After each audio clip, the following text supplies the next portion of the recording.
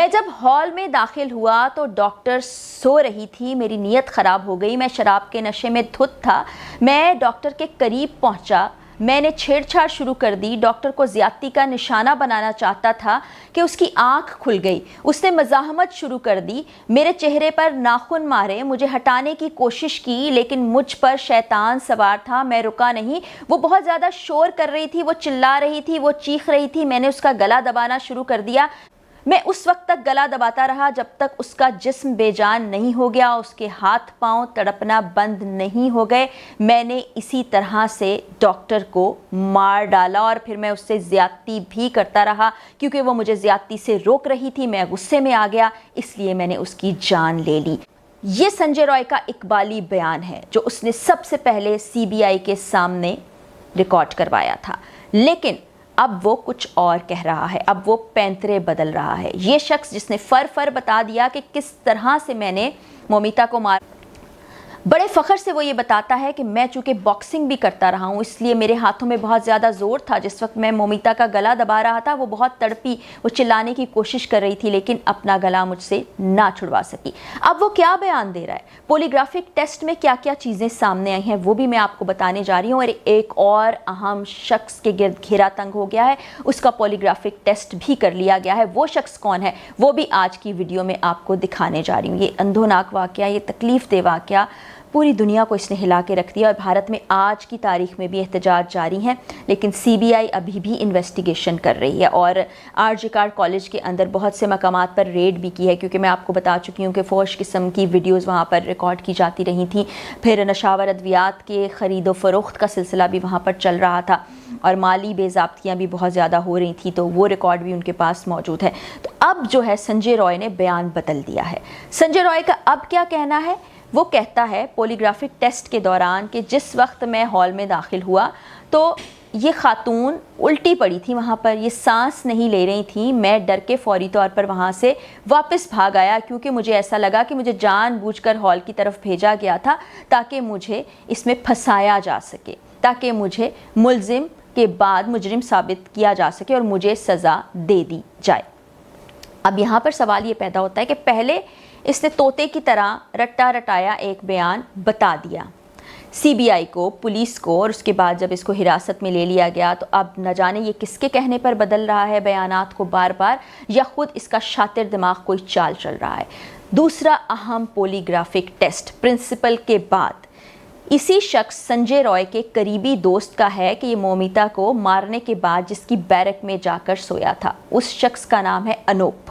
اس کا پورا نام ہے انوپ دتا اور یہ اے ایس آئی ہے. جس وقت اس کو گرفتار کرنے کی کوشش کی گئی تھی اس وقت یہ بھاگ رہا تھا. اس نے دوڑ لگا دی تھی. اس کا مطلب یہ ہے کہ کچھ حقائق یہ جانتا ہے. پولیس نے اس سے 8 گھنٹے تک انویسٹیگیشن کی, اس سے پوچھ تاچھ کی کہ اس دن سنجے رائے نے اس سے کیا ڈسکس کیا, سنجے رائے کو کس نام سے اسپتال میں جانا جاتا تھا, اس کا ایکسیس کہاں کہاں تک تھا, ڈاکٹر کے بارے میں اس نے کچھ بات چیت کی یا نہیں کی, اس نے کیا شراب پی رکھی تھی, کیا وہ روٹین میں شراب پیتا تھا. کیونکہ لوگ یہ بتاتے ہیں کہ اس کا بیسٹ فرینڈ ہے انوپ دتا. انوپ دتا سے بھی پولیگرافک ٹیسٹ کیا گیا اور سی بی آئی کا کہنا یہ ہے کہ اس پولیگرافک ٹیسٹ کے دوران ہم لوگ اطمینان سے سوالات کے جوابات حاصل نہیں کر پائے کیونکہ سنجے رائے کافی زیادہ اینکشیس دکھائی دیتا تھا, یعنی کہ بے چین دکھائی دیتا تھا.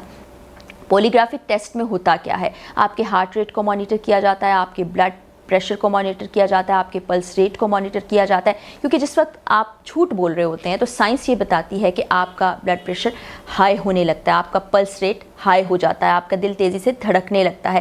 تو اسی معیار کے اوپر پرکھتے ہیں کسی کے بھی جوابات کو. تو کافی زیادہ پریشان دکھائی دیا, بے چین دکھائی دیا گیا اور بے سکونی کی حالت میں جوابات دیتا رہا سنجے رائے, جس سے پولیس کو, سی بی آئی کو یہ شک ہے کہ یہ جھوٹ بول رہا ہے.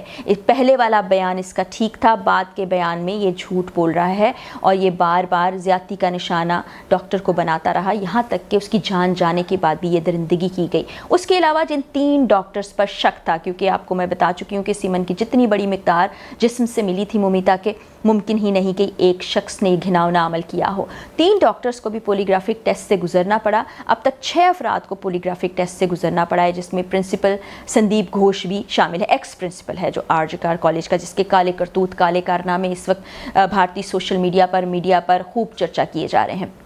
اب انوپ دتا کیا بتاتا ہے پولیگرافک ٹیسٹ میں، وہ بھی انکاری ہو جاتا ہے سنجے رائے کی طرح سے۔ وہ یہ ضرور بتاتا ہے کہ یہ نشے کا عادی تھا، لیکن اس روز کیا ہوا، کیا جانے سے پہلے اور بیرک میں آنے کے بعد اس نے کچھ بتایا، اس پر وہ خاموشی اختیار کیے ہوئے، اور سیم کنڈیشن اس کی پولیگرافک ٹیسٹ کے دوران رہی، جہاں پر یہ کافی بے چین نظر آیا اور اس کے ہارٹ بیٹ بھی بڑھی رہی، اس کا پلس ریٹ بھی اور اس کا بلڈ پریشر بھی بار بار بڑھتا رہا۔ ممتا بینرجی کی طرف سے پہلی بار اس واقعے پر سوری کا لفظ نکلا ہے۔ وہ ایک جگہ موجود تھیں، رپورٹر نے ان سے سوال کیا تو انہوں نے سوری کا لفظ استعمال کیا کہ میں اس واقعے پر افسوس کا اظہار کرتی ہوں۔ اس سے پہلے ان کی سیاسی جماعت کچھ اور طرح سے بات کر رہی تھی، وہ بچانے کی کوشش لگتا ہے کہ کسی نہ کسی طرح ملزمان کو کر رہے ہیں۔ دوسرا، سی بی آئی جو ہے بڑے خفیہ طریقے سے اس کارروائی کو آگے بڑھا رہی ہے۔ اب سوال یہاں پر یہ پیدا ہوتا ہے کہ 6 افراد کا پولیگرافک ٹیسٹ کیا گیا اور اس میں سے صرف سنجے رائے کو زیر حراست رکھا گیا ہے، صرف وہی قید میں ہے اور اسی سے مزید انویسٹیگیشن بھی کی جا رہی ہے۔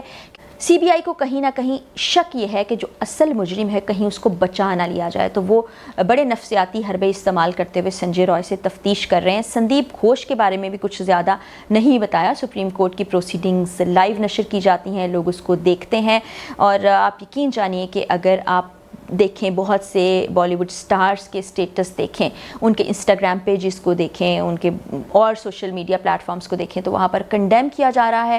روز وہ ڈیمانڈ کرتے ہیں کہ اس بچی کو انصاف دلایا جائے، 31 سالہ نوجوان ڈاکٹر کو انصاف دلایا جائے، اور یہ بات ماننے میں نہیں آ رہی ہے کہ اسی ہال کے اندر جس کے بارے میں سنجے رائے بتا رہا ہے اس کو مار دیا گیا ہو، کیونکہ سنجے رائے کی ہی پہلی سٹیٹمنٹ میں وہ یہ کہتا ہے کہ وہ چیخ رہی تھی، چلا رہی تھی، وہ مزاحمت کر رہی تھی، اس نے مجھے مارا بھی، اور پولیس نے بھی اس بات کی تصدیق کر دی تھی کہ اس کے چہرے پر نشانات ہیں، اس کے جسم پر بھی کچھ نشانات ہیں، جیسے دھکم پیل میں لگ جاتے ہیں، جیسے ناخن لگ جاتے ہیں۔